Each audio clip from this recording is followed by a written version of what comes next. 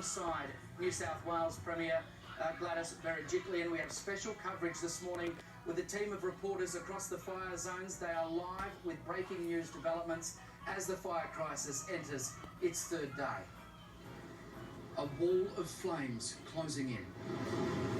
So just earlier they said that they've had snow yesterday in south areas of New South Wales, Victoria and Tasmania.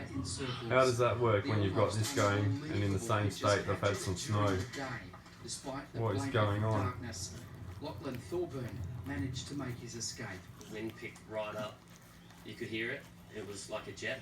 This fire entered a third day at emergency level. Incredibly, no fatalities have been recorded here.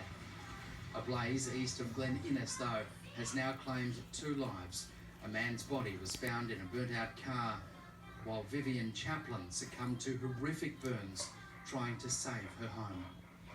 A third person was confirmed dead, found in a burnt-out building at Johns River. They say trying to save her home because you watch they're going to rush some legislation through in the next few days saying that the police can forcibly remove you from your home. You won't be allowed to stay and fight and possibly see the energy weapons they're using, see the unnaturalness of the fire. Firefighters in this area, the ever-shifting winds. When we turned up at this property just a few minutes ago, these were quite literally just embers. You can see now the flames have roared back to life. Oh yeah, it just happens to be a little fire here in the middle of nowhere next to this reporter. Get out of here. Shift in direction. That place. Get out of here. Communities now held together by little more than hope that others are safe. You've got nothing else to do but keep going. Help people out as much as you can. Live now to our reporters in New South Wales and the Queensland fire zones. First, I want to go to Alex Hart at Johns River, where a fire emergency took a very tragic turn after a body was found at the property overnight. Alex, you just spoke with one of the victim's friends. What more can you tell us about this elderly woman who has died? I did, Matt. Neighbours and residents in this area are absolutely heartbroken, coming to terms with the loss of 63-year-old Julie Fletcher, who lived at the property behind me for her entire life and sadly lost her life in the house that her father built, I'm told, about 70 years ago. She actually worked up in Port Macquarie, but this was where her love was, her animals, her beloved cattle. She managed to move them to safer ground, and they in fact survived the fire, but it's understood that burning embers may have got underneath her house when the firestorm tore through in the early hours of yesterday morning, and sadly, Julie could not get out. Burning embers got under her house. Julie was just a really lovely person. Nothing was too much trouble. If you asked for any help, Julie would always be there to help. She's just amazingly kind. She loved her animals, loved people. She just was always someone you could rely on to help you. Just can't believe she didn't get out. Now, Julie's sister also still lives on this road and is understandably devastated by this news. The fire that tore through here, the threat level of that fire has been downgraded. So no immediate threat to properties in this area today, but obviously still, Matt, a very difficult day for this community. Very difficult indeed. I've spoken to a number of those residents yesterday and they simply do not know where to begin trying to pick up the pieces. Further north now to Chris Reason. Chris, the Prime Minister is expected shortly to fly into Port Macquarie.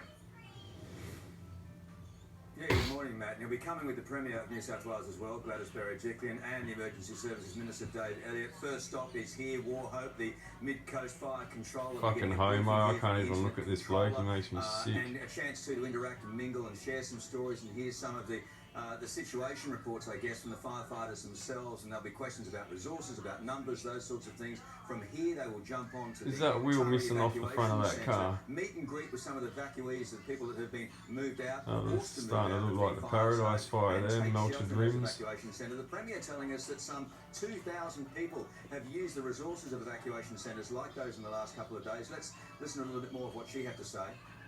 That's it, get people used to going to the evacuation centres / FEMA camps. And say they need help. Their neighbours were there saying, my neighbours are doing it tough, and we urge everybody, this is not a time to be shy or be embarrassed. We want to be there to support everybody.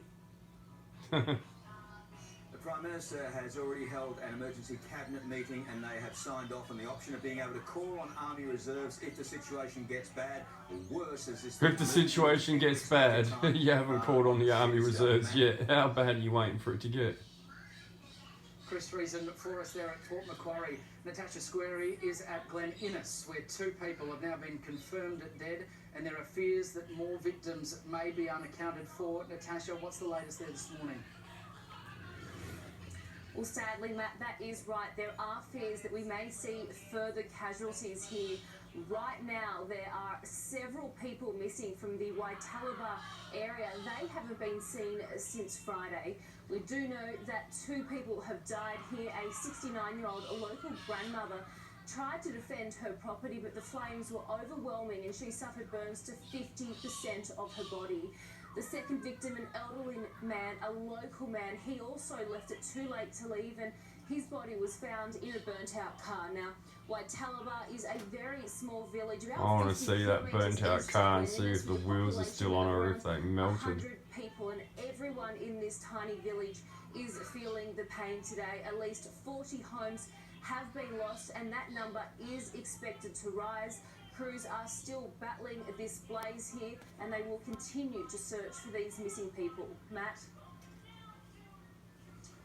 40 homes and 2 deaths in just a town of 100 people. It is really impossible to overstate just how significant the impact of this fire See, has been. small town of 100 people, these are the first ones they attack, the smallest towns. How many of those 100 people do you think are going to go live back in that town, or are going to go to the next biggest town, and then the next biggest town? That the worst may still be yet to come. Yes, Matt, they're being very strong about their warnings about Tuesday, that they could bring potentially far more challenging... They keep going on about Tuesday, the fire level's catastrophic across the entire country. Very strong winds, and Sydney, the Blue Mountains, the Hunter region and the Illawarra are expected mountains, to be in the firing line. that's what I was talking about yesterday, the hills.